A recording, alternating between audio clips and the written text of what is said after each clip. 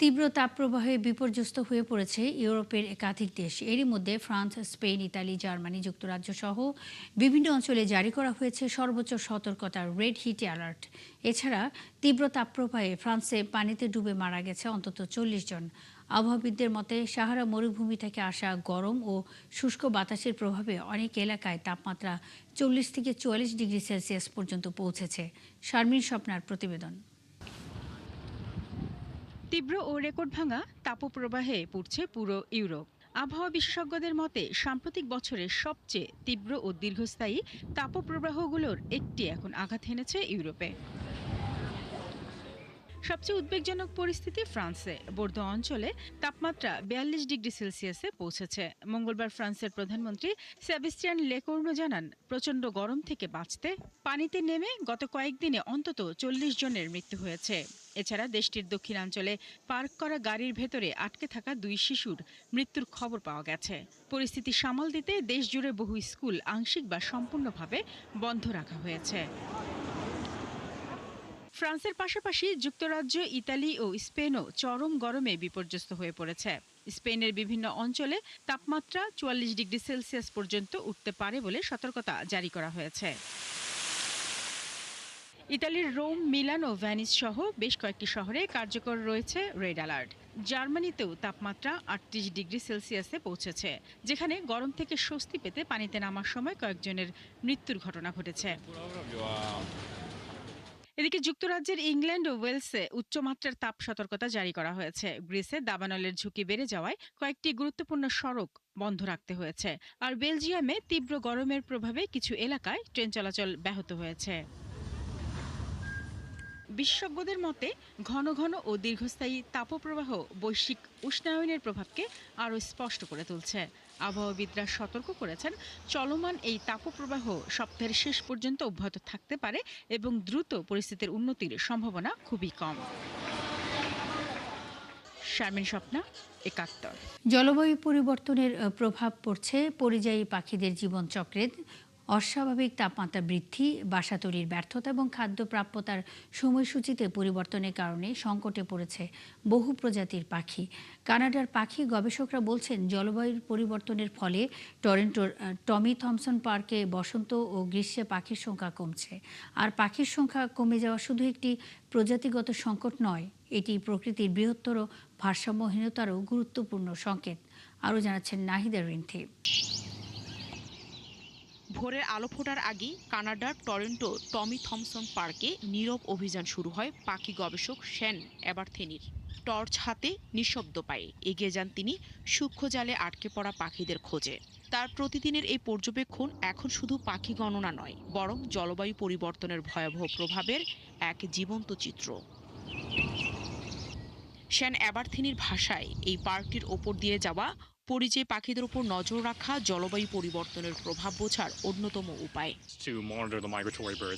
উপর দিয়ে উড়ে যাওয়া পরিযায়ী পাখিদের পর্যবেক্ষণ করার জন্যই এই স্টেশনটি তৈরি করা হয়েছে।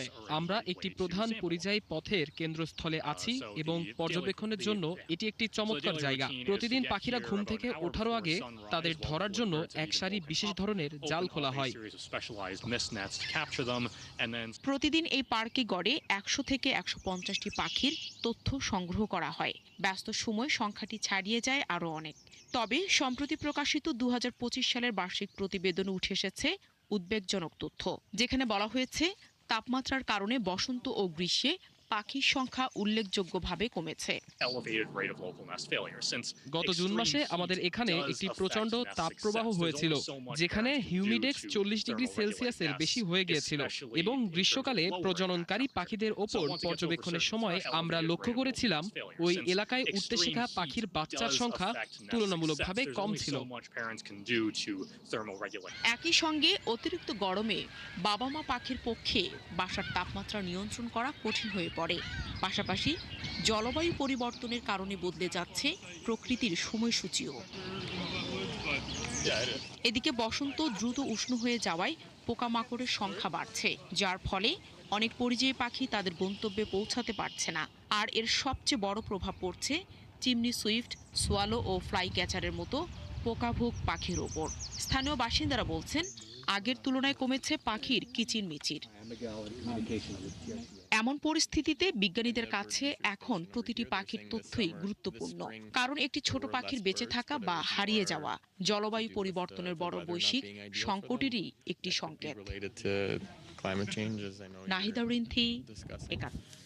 যুক্তরাজ্যে প্রধানমন্ত্রী পরিবর্তনের প্রক্রিয়া চলাকালে নতুন কোনো বড় নীতি বা ব্যয় পরিকল্পনা ঘোষণা করা হবে না বলে জানিয়েছে ডাউনিং স্ট্রিট।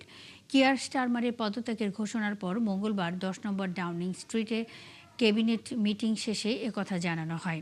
তবে এর মধ্যে সরকারি বহুল আলোচিত প্রতিরক্ষা বিনিয়োগ পরিকল্পনা এই সিদ্ধান্তের আওতায় আসবে না, কারণ সরকার জানিয়েছে নেটো সম্মেলনের আগেই এই পরিকল্পনা প্রকাশ করা হবে। এর আগে স্থানীয় নির্বাচনে লেবার পার্টির ভরাডুবি, দলীয় অসন্তোষ ও অর্থনৈতিক চাপের মুখে গত 22 জুন প্রধানমন্ত্রী ও দলীয় প্রধানের দায়িত্ব থেকে সরে দাঁড়ানোর ঘোষণা দেন কিয়ার স্টারমার।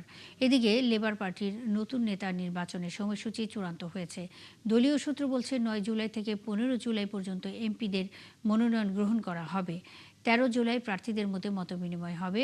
17 জুলাই দলীয় সম্মেলনে নতুন নেতা ও প্রধানমন্ত্রীর নাম ঘোষণা করা হবে। যুক্তরাষ্ট্রের শীর্ষ গোয়েন্দা সংস্থায় বড় ধরনের গণছাঁটাই শুরু করেছে ট্রাম্প প্রশাসন। সোমবার থেকে এই ছাঁটাই প্রক্রিয়া শুরু হয়েছে বলে দাবি করেছে মার্কিন সংবাদ মাধ্যম সিএনএন। প্রতিবেদনে বলা হয়েছে, প্রেসিডেন্ট ট্রাম্পের নিজের পছন্দে নিয়োগ পাওয়া ভারপ্রাপ্ত পরিচালক বিল পোল্ট্রে এই ছাঁটাই প্রক্রিয়া চালাচ্ছেন। তবে ঠিক কত সংখ্যক কর্মীকে চাকুরি থেকে বাদ দেওয়া হচ্ছে সেই সুনির্দিষ্ট সংখ্যাটি এখনও প্রকাশ করা হয়নি। এদিকে এই ছাঁটাইয়ের বিষয়ে জানতে চাওয়া হলে হোয়াইট হাউসের পক্ষ থেকে ট্রাম্পের একটি সাম্প্রতিক সোশ্যাল মিডিয়া পোস্টের দিকে ইঙ্গিত করা হয়, যেখানে ট্রাম্প লিখেছিলেন বিল পুল্টেকে তাৎক্ষণিক ও প্রয়োজনীয় কর্মী সংকোচন সম্পন্ন করতে। ইরান ও তার সহযোগী সংগঠনগুলোর বিরুদ্ধে চলমান লড়াই চালিয়ে যেতে যুক্তরাষ্ট্রের ওপর সামরিক নির্ভরতা থেকে ইসরায়েলকে মুক্ত হওয়া প্রয়োজন বলে মন্তব্য করেছেন দেশটির প্রধানমন্ত্রী বেনিয়ামিন নেতানিয়াহু। একই সঙ্গে ইসরায়েলের নিজস্ব অস্ত্র উৎপাদন সক্ষমতা গড়ে তোলা দরকার বলেও উল্লেখ করেন তিনি। পশ্চিম তীরে রিজার্ভ কমব্যাট অফিসারদের সঙ্গে এক বৈঠকে নেতানিয়াহু বলেন, গত কয়েক বছর ধরে আমেরিকার কাছ থেকে অনেক সমর্থন পেয়েছে ইসরায়েল, তবে ইসরায়েলের নিজস্ব স্বাধীন অস্ত্র উৎপাদন ব্যবস্থা প্রয়োজন। নেতানিয়াহু বলেন, ইসরায়েল ইরান ও তার সহযোগীদের ওপর কঠোর আঘাত করেছে, কিন্তু এটি এখনও শেষ হয়নি। ইসরায়েল আগামী 30 বছরে কোথায় থাকবে তা নিজস্ব শক্তির উপর নির্ভর করছেন বলেই জানান নেতানিয়াহু। কানাডায় গোলাগুলিতে 3 জন নিহত হয়েছেন। এর মধ্যে এক পুলিশ কর্মকর্তা ও বেসামরিক নাগরিক রয়েছেন। এছাড়া হামলাকারী নিজেও এই ঘটনায় প্রাণ হারিয়েছেন। স্থানীয় সময় সোমবার বেলা 11:30টার দিকে মন্ট্রিয়লের কোর্ট ডেনেস এলাকায় এ ঘটনা ঘটে। পুলিশ জানায়, স্থানীয় একটি ভবন থেকে গুলির শব্দ শুনে এলাকাবাসী জরুরি সেবার নম্বরে ফোন করেন। খবর পেয়ে অভিযান শুরু করে পুলিশ। সে সময় হামলাকারীর গুলিতে এক পুলিশ কর্মকর্তা নিহত হন। পরে পুলিশের গুলিতে হামলাকারীও নিহত হন। প্রাথমিকভাবে ধারণা করা হচ্ছে তিনি একাই এ হামলা চালিয়েছেন, তবে হামলার পেছনের কারণ এখনও স্পষ্ট করেনি পুলিশ।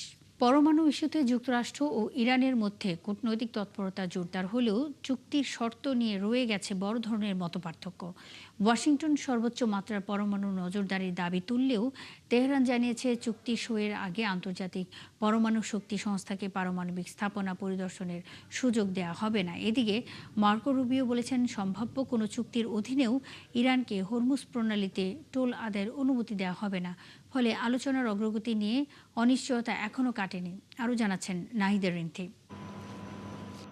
পরমাণু চুক্তির পথে এগোচ্ছে যুক্তরাষ্ট্র ও ইরান, তবে কমছে না দুদেশের মতপার্থক্য। 7 দিনের কূটনৈতিক সময়সীমার মধ্যে সমঝোতার চেষ্টা চলছে, কিন্তু পরমাণু স্থাপনায় আন্তর্জাতিক নজরদারি, হরমুজ প্রণালী নিয়ন্ত্রণ ও ক্ষেপণাস্ত্র কর্মসূচি নিয়ে দুদেশের অবস্থান এখনও বিপরীতমুখী। ফলে আলোচনার টেবিলে সম্ভাবনার পাশাপাশি রয়ে গেছে নতুন অনিশ্চয়তাও। সুইজারল্যান্ডে অনুষ্ঠিত যুক্তরাষ্ট্র ও ইরান প্রথম দফার শান্তি আলোচনার পর মার্কিন ভাইস প্রেসিডেন্ট জেডি ভেন্স বলেন, ইরান আন্তর্জাতিক পরমাণু শক্তি সংস্থার পরিদর্শকদের পারমাণবিক কর্মসূচি পরিদর্শনের আমন্ত্রণ জানাতে সম্মত হয়েছে। একই সাথে মার্কিন প্রেসিডেন্ট ডোনাল্ড ট্রাম্প বলেছেন, ইরান IAEA এর সর্বোচ্চ পর্যায়ের নজরদারিতে সম্মতি দিয়েছে।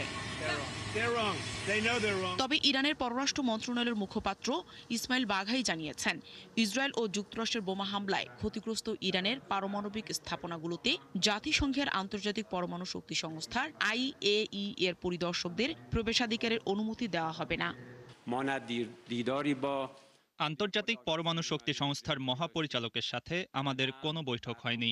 যুক্তরাষ্ট্র ও ইসরায়েলে সামরিক হামলায় ক্ষতিগ্রস্ত ইরানের পারমাণবিক স্থাপনাগুলো পরিদর্শনেরও আমাদের কোনো পরিকল্পনা নেই। আর মার্কিন পররাষ্ট্রমন্ত্রী মার্কো রুবিও বলেছেন, চূড়ান্ত চুক্তি হলে হরমুজ প্রণালীতে জাহাজ চলাচলের স্বাধীনতা নিশ্চিত করা হবে এবং ইরান কোনো ধরনের টোল আদায় করতে পারবে না। হরমুজ আন্তর্জাতিক জলপথ, কোনো দেশই আন্তর্জাতিক জলপথে টোল আদায় করতে পারে না। এটাই বিদ্যমান আন্তর্জাতিক আইন। সারা বিশ্বের আন্তর্জাতিক জলপথগুলোতে এমনই নিয়ম এবং আমরা আশা করি এখানেও তাই হবে। এদিকে ইরানের প্রেসিডেন্ট মাসুদ পেজেশকিয়ান ইসলামাবাদ সফরে জানিয়েছেন, ব্যালিস্টিক ক্ষেপণাস্ত্র কর্মসূচি যুক্তরাষ্ট্রের সঙ্গে চলমান আলোচনার অংশ নয়। এছাড়াও ইরানের সামরিক কৌশলে এসেছে পরিবর্তনের ইঙ্গিত। অন্যদিকে যুক্তরাষ্ট্র ও ইসরায়েল এবং ইরানের সংঘাতের কারণে পারস্য উপসাগরে আটকে পড়া 11,000-এর বেশি নাবিককে সরিয়ে নিতে বড় ধরনের অভিযান শুরু করতে যাচ্ছে জাতিসংঘের আন্তর্জাতিক সামুদ্রিক সংস্থা IMO। সংস্থাটি জানিয়েছে, নিরাপদ নৌ চলাচল নিশ্চিত করতে ইরান, যুক্তরাষ্ট্র, ওমান সহ উপসাগরীয় দেশগুলোর সহযোগিতায় পরিচালিত হবে এই উদ্ধার কার্যক্রম। ইসরায়েল ও লেবাননের মধ্যে যুক্তরাষ্ট্রের মধ্যস্থতায় ৫ম দফার আলোচনা শুরু হয়েছে। নাহিদা রিন্থি, ৭১। ইরানে যুদ্ধ পরিচালনার ক্ষমতা সীমিত করতে মার্কিন সিনেটে একটি প্রস্তাব পাশ হয়েছে। এ প্রস্তাব অনুযায়ী ইরানে সামরিক অভিযান চালাতে বা পরবর্তী কোনো পদক্ষেপের আগে কংগ্রেসের বাধ্যতামূলক অনুমোদন নিতে হবে। কাতার ভিত্তিক সংবাদ মাধ্যম আল জাজিরার এক প্রতিবেদনে এসব তথ্য জানানো হয়েছে। এতে বলা হয়েছে, মঙ্গলবার প্রস্তাবটি 50 থেকে 48 ভোটে পাশ হয়েছে। 50-48 ভোটে পাশ হয়েছে। এর আগে চলতি মাসের শুরুর দিকে এটি মার্কিন প্রতিনিধি পরিষদে অনুমোদিত হয়েছিল। মার্কিন ইতিহাসে প্রথমবারের মতো যুদ্ধ সংক্রান্ত প্রস্তাব কংগ্রেসের উভয় কক্ষে সফলভাবে পাশ হয়েছে। যুদ্ধ সংক্রান্ত এই প্রস্তাব ইরানের বিরুদ্ধে শত্রুতা বন্ধ করে মার্কিন সশস্ত্র বাহিনীকে সরিয়ে নেওয়ার নির্দেশ দেওয়া হয়েছে।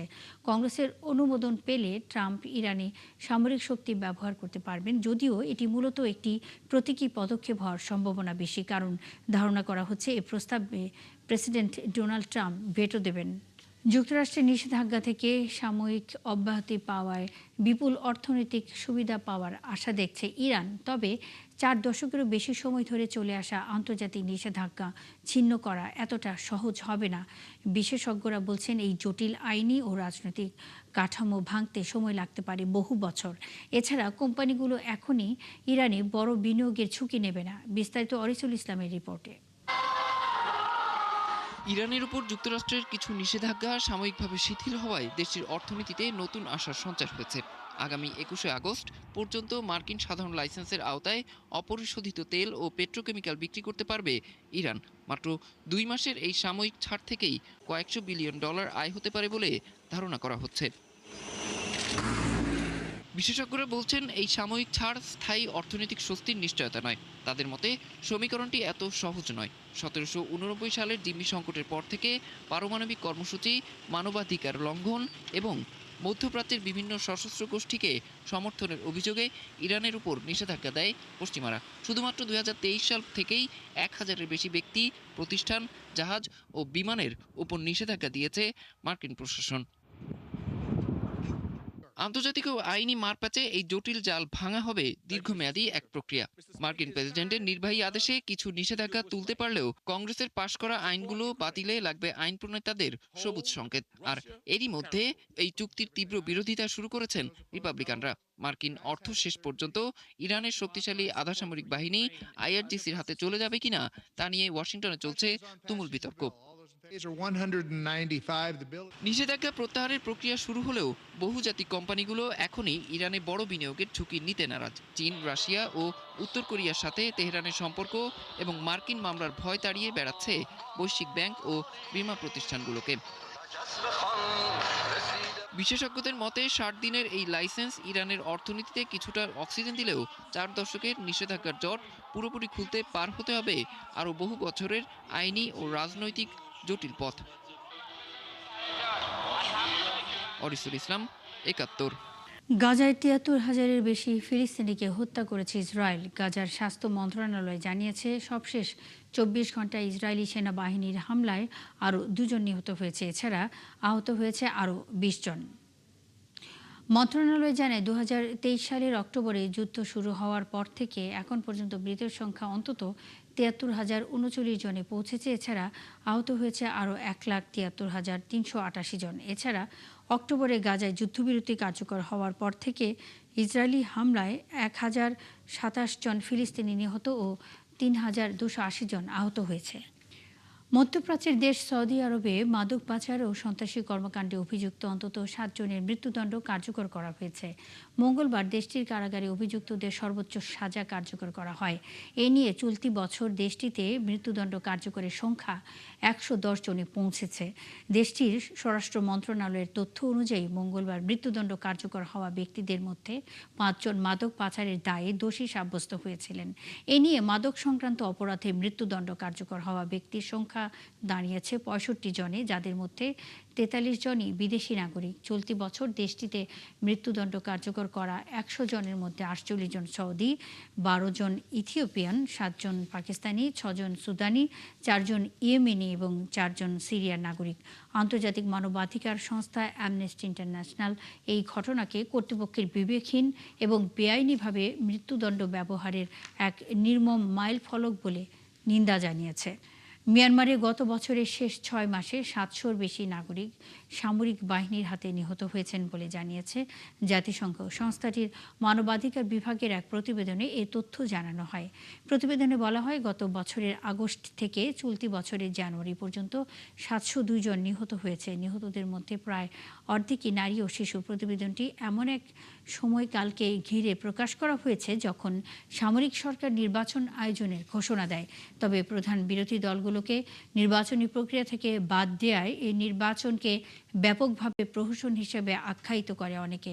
২০২১ সালে সামরিক অভ্যুত্থানের মাধ্যমে ক্ষমতা দখলের পর থেকে মিয়ানমারে চলমান গৃহযুদ্ধ হাজার হাজার মানুষ নিহত এবং লাখো মানুষ বাস্তুচ্যুত হয়েছেন। এখনও দেশটির বিভিন্ন এলাকা সশস্ত্র বিরোধী গোষ্ঠীগুলোর নিয়ন্ত্রণে রয়েছে।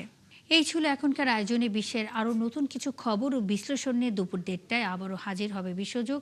সরাসরি সংবাদ অনুষ্ঠান দেখতে চোখ রাখুন একাত্তরের ফেসবুক পেজ এবং সাবস্ক্রাইব করুন একাত্তরের ইউটিউব চ্যানেল। থাকুন একাত্তরের সাথে।